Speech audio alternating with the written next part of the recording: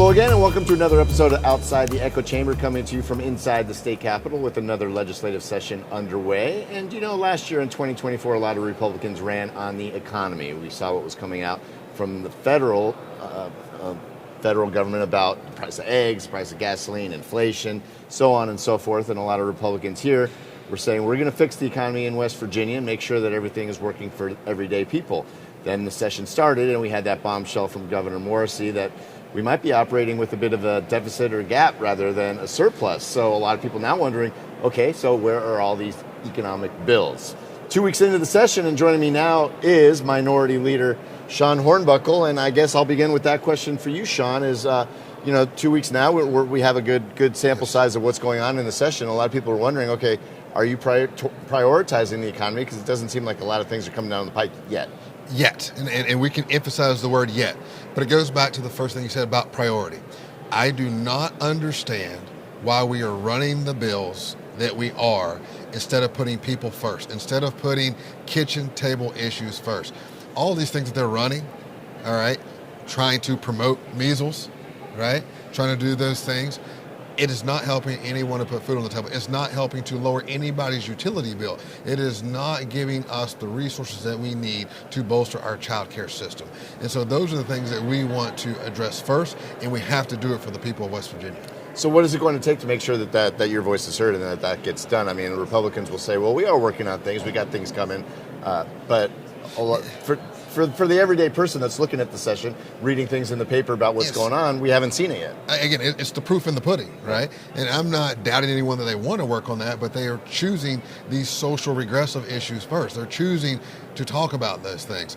Again, we have been very firm. First, we want to see flood resiliency for our people in southern West Virginia. We want to see it now.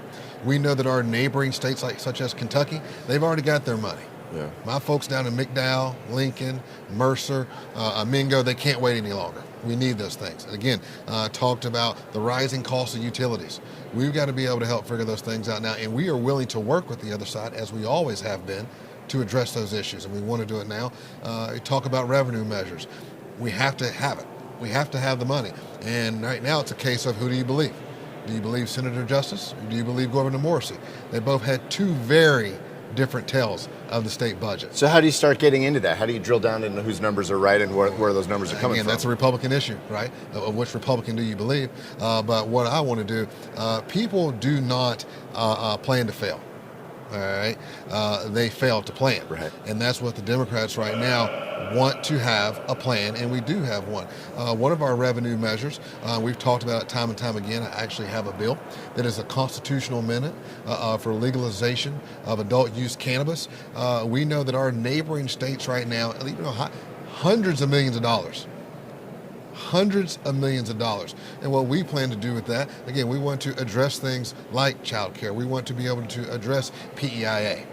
We need to be able to do all those things. We can also reimagine our tax code. Reimagine our tax code that our middle class folks and our low income folks, they're getting more money back. We also have some bill in the works to address that we can also believe will raise revenue as well. So those are some of the things that we want to do. Again, putting the people first and letting these other issues that divide us, we don't need to be talking about those things right now. You brought up PEIA. There was a conference earlier this week from union leaders saying that we need to shore that up. We need to find a permanent fix, get that in code so that we know where those monies are coming from. That comes with a price tag. How do you raise money for that to make sure that gets done? Well, there's a lot of things. Again, it's about, what do you see as value? Currently right now, I'll even go to public education. We see the dollars leaving our traditional public education schools and going to the Hope Scholarship voucher. They've even predicted up to $86 million going to that.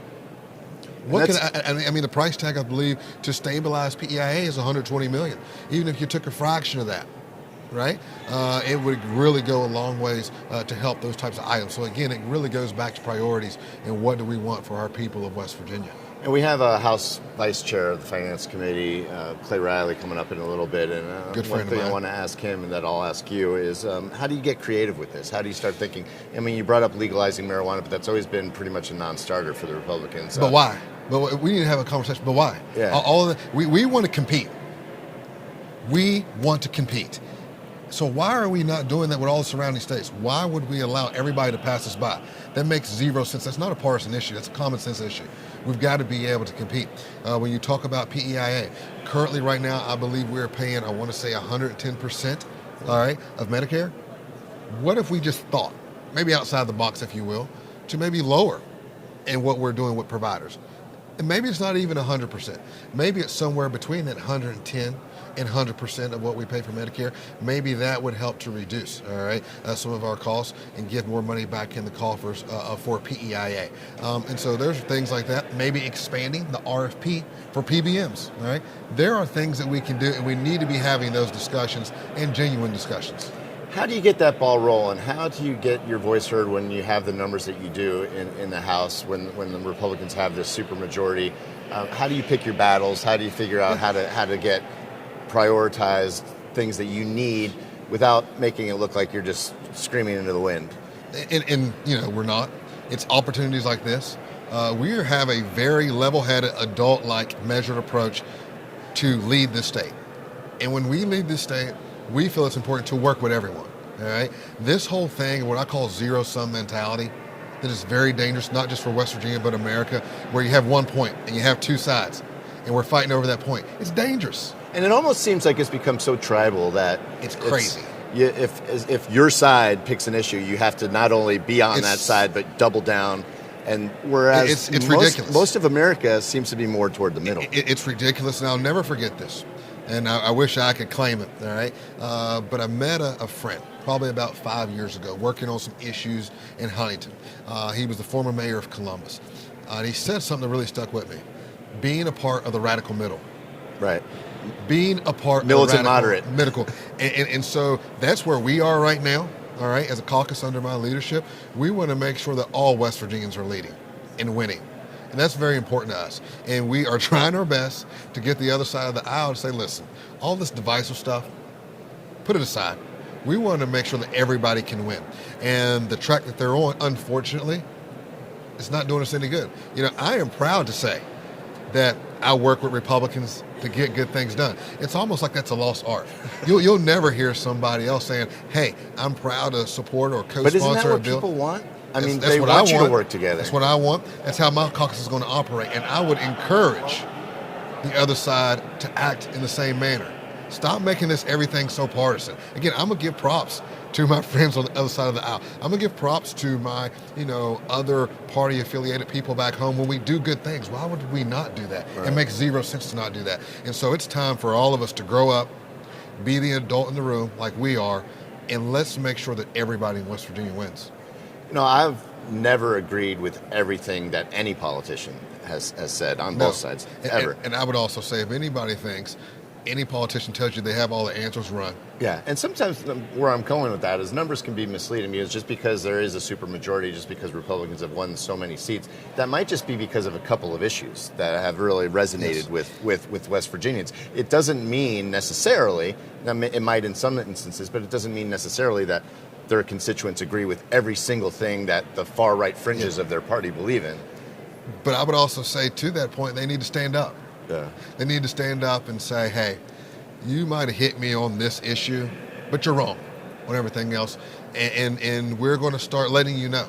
I had a very, very good conversation with a buddy of mine back home. Again, I'll go on that same theme. Republican, all right? And so we started talking about it. He said, Sean, I'm like you. He said, probably on 9 out of 10 issues, I share the same sentiments as you, same morals, same values. I've been a Republican all my life. And he told me what they are doing right now is embarrassing. He even went as far as saying, this next election, I'm going to have to vote all Democrat because what's happening right now doesn't make sense. Right? How do you fix that? Well, does it start with just leading by example and baby steps? We're leading by example. We have to take bigger strides in that. But it's about everybody just being honest about the conversation. Nobody wants Trump Mountain.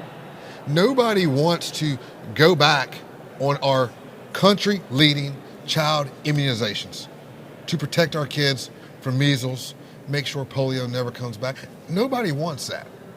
And so now more than ever, we need reasonable people, Democrats, Republicans, Independents, to stand up and say enough is enough.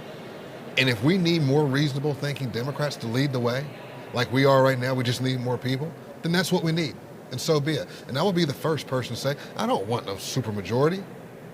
I want balance in our state government, because that's important. That's what the people want. And we are actively listening to what the people of West Virginia want, and that's what we're hell-bent on doing. It almost seems like people sometimes are afraid of debate. They're afraid of being challenged, and they're afraid of their ideologies being challenged. I mean, isn't that what it's all about, though, is having an open mind and understanding that you might not know everything and that you can learn from the other side? Our country got better off of civil debate, civil discourse. Because at the end of the day, you need to take something from here, you need to take something from there, and arrive at a solution that's best for the majority of people. You don't need everything over here or over there, because that doesn't help most people, doesn't help everybody. And so that day of thinking is archaic, and it helps to win elections, because people Get go mailers out. into scare tactics. We need to be talking about the truth right now, and the truth is that West Virginia is hurting, and the days of right now just trying to get people in office, again, from fear, scare tactics, it's not actually helping people to put food on the table or to help put their kids in child care or to help lower their utility bills. And so we need a big wake-up call, and we need to grow up. So realistically speaking, what can be done by the middle of April to make sure that the bills that will benefit West Virginians the most get brought up and get through? Prioritization. Put a halt to all this crazy stuff, and let's focus on the things that matter. The blocking, the tackling. I'm a coach, all right, the fundamentals. And let's do that. And let all that other stuff go by the wayside. Let's do the things that keeps money in people's pockets. It puts people's first, and it protects their privacy. Let's do those things, and everybody will win. Are you confident that that can get done over the next few months? I'm confident that that's what we're going to lead on. That's what we're going to champion for all West Virginians. But again, the elephant in the room, no pun intended, is that we have 9 people. And so we're going to scream it from the mountaintops. We're going to lead in that manner. But we do need help. And I'm asking for help, because we can't do it all. Even if we had more people, I truly want to work in a bipartisan manner. But again, time and time again, this supermajority has failed West Virginians by putting those important, pressing topics on the table. All right, Sean Hornbuckle, Minority Leader of the House. Thank you so much for joining us again. Thank you. We'll be checking back throughout session to see if those things are getting done and to hold you to task on what you want to happen. Yes, sir. Have happen. All right. Thank you for joining us, and we'll be right back with Delegate Mike Pushkin to talk about another issue that has a lot of people talking when Outside the Echo Chamber continues. Are you ready to unlock a future filled with remarkable pay, unbeatable benefits, and unparalleled satisfaction? Imagine embarking on a journey that offers you a college-level education without the weight of debt, all while earning a steady income. Look no further than the West Virginia Building and Construction Trades Apprenticeship Programs. Join us, and together, let's build a future that's brighter and stronger. Go to actwv.org to apply today. The West Virginia Building and Construction Trades, where the future is forged. Welcome back inside the state capitol on this episode of Outside the Echo Chamber. Joining me now is Delegate Mike Pushkin to talk about an issue that has a lot of people talking. Abortion always is a hot button topic, and especially in this legislature. Yeah. You've brought a bill to the floor, or introduced a bill 2750 that would essentially increase access to contraceptive drugs and procedures. Just talk a little bit about that bill and why you feel it's necessary. Well, yeah, it definitely is a reaction to the fact that this legislature several years ago passed a complete ban on abortion in West Virginia. Now, there are a few exceptions, but in reality, those exceptions don't exist. So if we're going to have a law like that on the books, I think it's important that we increase access and affordability for contraceptions, for birth control. And so in hopefully fact, take some preventative steps to help save a lot of trouble. And you mentioned the exemptions. In fact, Delegate White has introduced a bill that would eliminate the exceptions for rape and incest. I just think that's inhumane. We're talking about victims here, victims of rape and incest. And there is a bill, several bills actually, that have been introduced in both the House and the Senate to remove those exemptions. But let's be honest, those exemptions aren't really, they don't exist in West Virginia anyway. It's not happening. I talked with Delegate Hornbuckle earlier, and we brought up the tribalization of politics and what seems that everyone's just being pulled to one end or the other. And on an issue like abortion, what I find interesting is when it's been brought to the ballot, even in red states like Kansas, the constituents of that state voted to keep access to abortion. and that's a Republican state. And most polls that you see show up to 80% of Americans agree that some form of legal abortion, usually in the window of 15 to 20 weeks, would be reasonable. And that was Roe. Yeah, That's what we had. Yet it seems that's Roe, and that's what was overturned. By those who President Trump appointed to the Supreme Court. And I think that's where most people are. And even President Trump himself said that this should be a states issue and we should let states vote. So we should do that in West Virginia. And we will have a resolution to make that a constitutional amendment as well, basically similar to what Ohio did, which is basically a return to what the laws we had under Roe.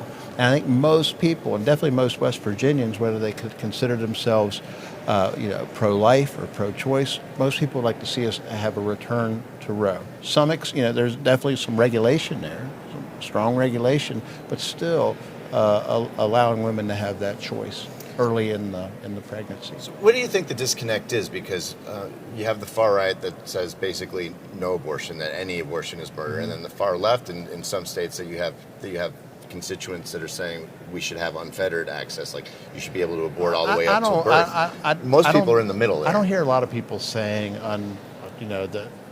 unregulated access. That's not what most people are, and not what they're asking for. People would like to see a return to the rights and the freedom that we did have. Simply that. And what we're asking for, what the Democrats in this building are asking for, is simply let the people decide. So that's not being pro-choice or pro-life. That's being pro-democracy. Okay, and that's also what President Trump has said. He said it should be left up to the people in the states. Well, so what are the Republicans in this state so afraid of? And I'll tell you what they're afraid of. It's just like every other state where it's been on the ballot, they'll lose because people, would like to return to freedom. So what do you think the disconnect is? Why do you think that this has become such a polarizing issue where they've dug their heels in the sand and there's no room for debate or compromise? Well, I think it's always been a divisive issue, but I think in the past it was used as a campaign issue, unfortunately, really against Democrats. And I think now, because there is a complete and total ban here, that's not where most people are. So it's not really something that you're hearing the Republicans talk a whole lot about. We would simply like to see a constitutional amendment. That's the only way to get it on the ballot in West Virginia.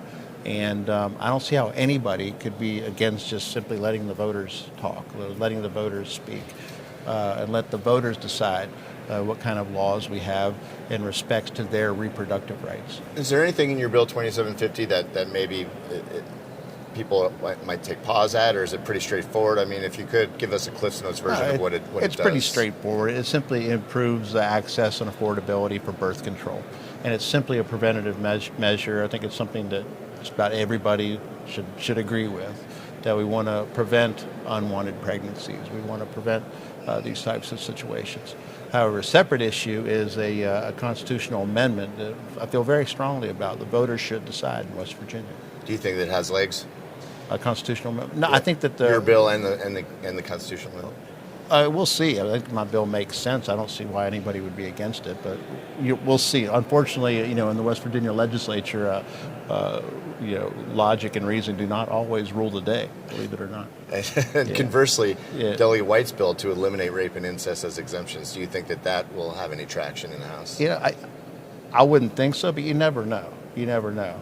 But the point is, in reality, that those exceptions don't exist anyway.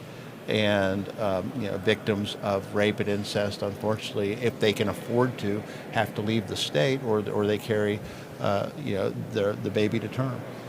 Do you think that this will ever get solved in terms of people coming together and to be willing to have honest conversations and debate, or do you think it'll just get worse?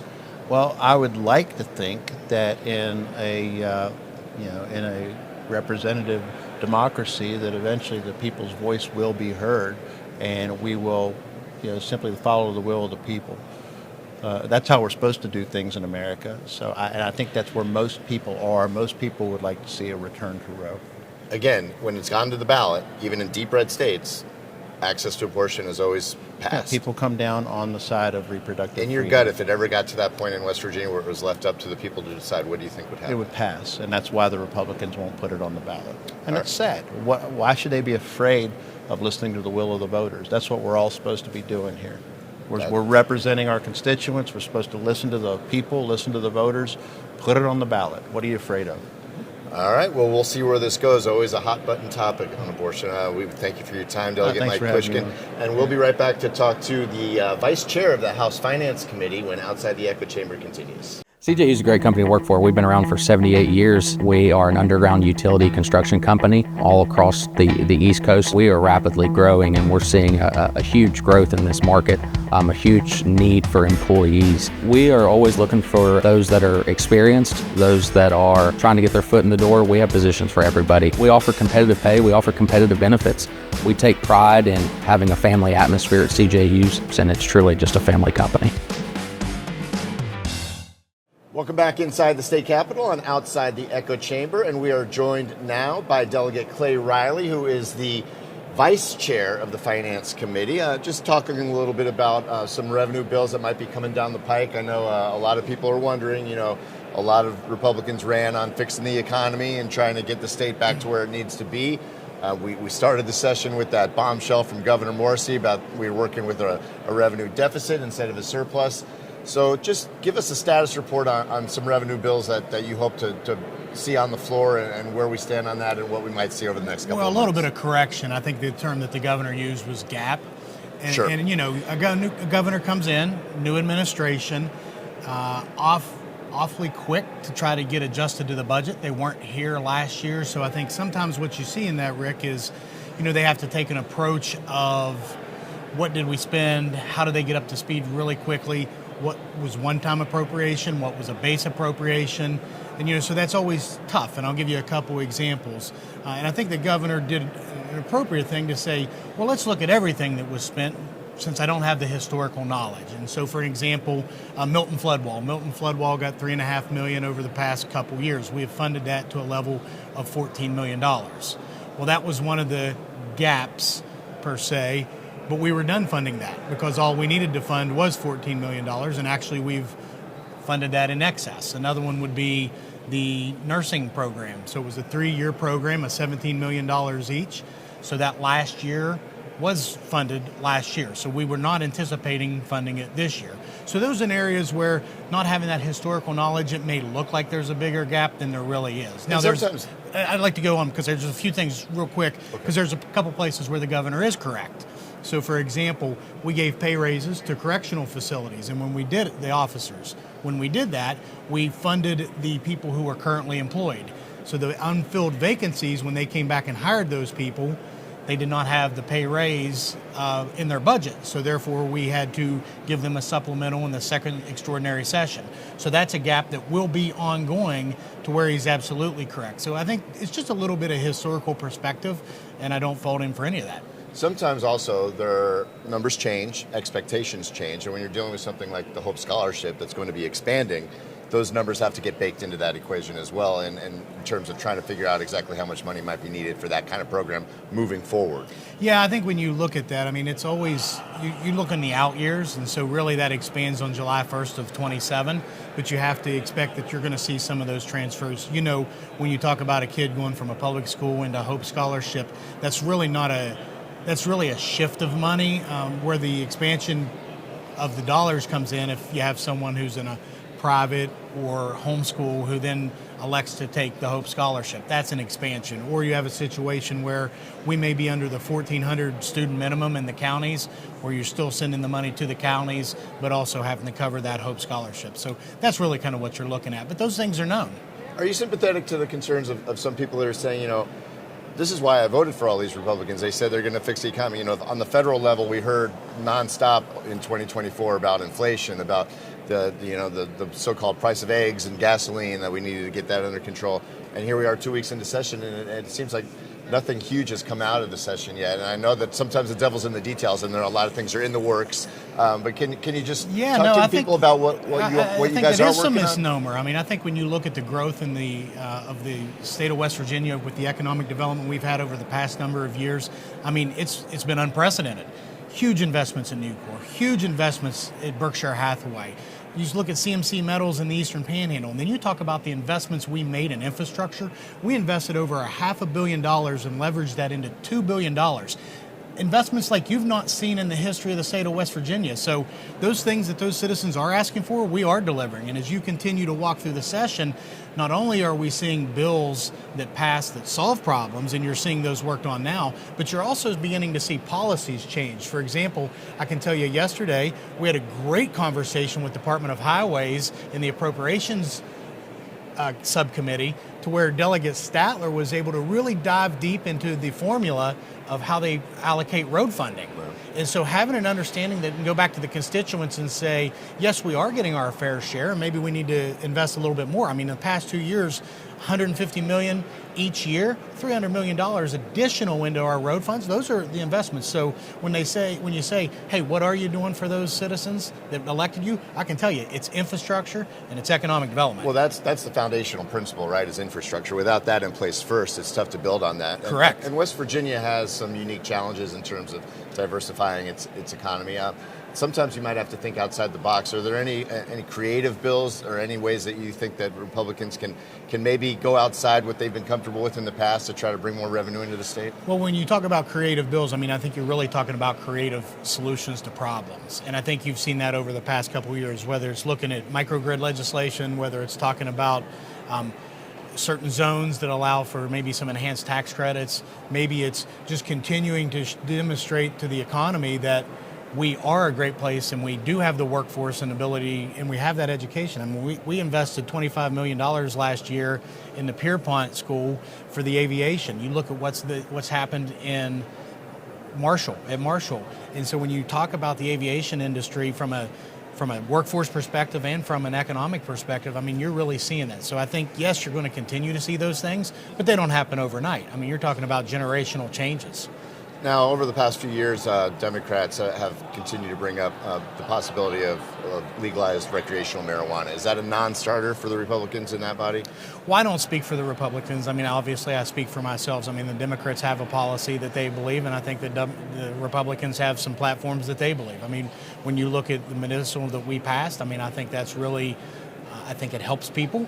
I think it's yet to be determined about what the real impacts are on recreational. You can see that the revenue does generate in some areas. You saw Ohio, you've seen Colorado, but now you're starting to see the expenses on the Colorado side really accelerate. And so I think there's some concern that Ohio is going to see that as well. So it's a balance. It's not just about generating revenue. It's about containing costs. It's about making sure that we're providing the services in the way that needs to be done, as well as fiscally responsible.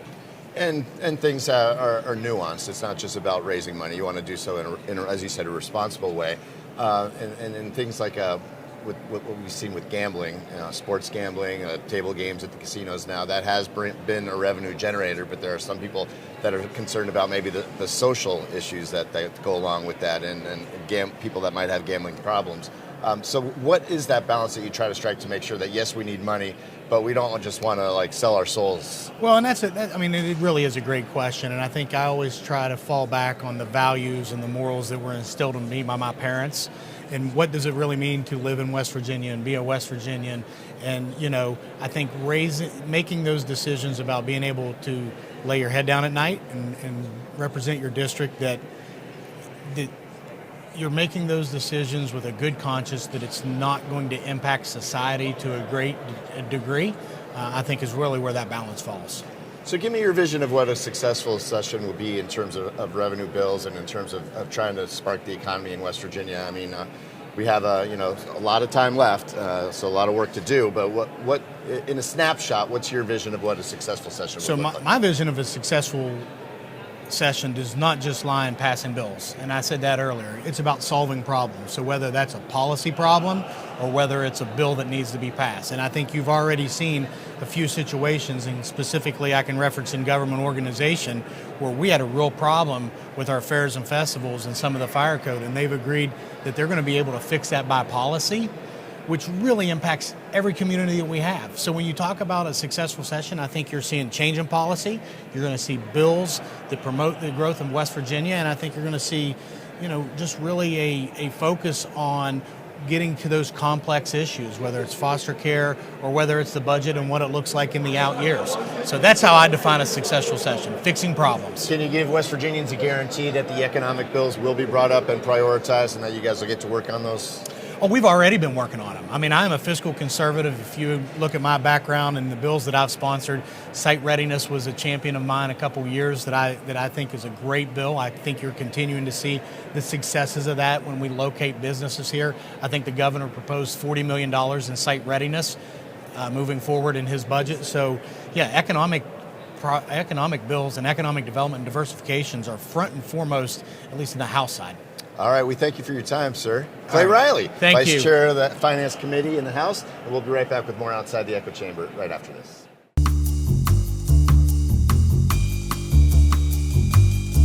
Welcome back inside the state capitol. That's going to do it for another episode of Outside the Echo Chamber. We'd like to thank our guests today, Delegates Clay Riley, Mike Pushkin, and Sean Hornbuckle, and especially thanks to you for joining us. And we will be back again next week as we continue to talk about issues that are important to you and your family. Until then, I'm Rick Lord. Take care.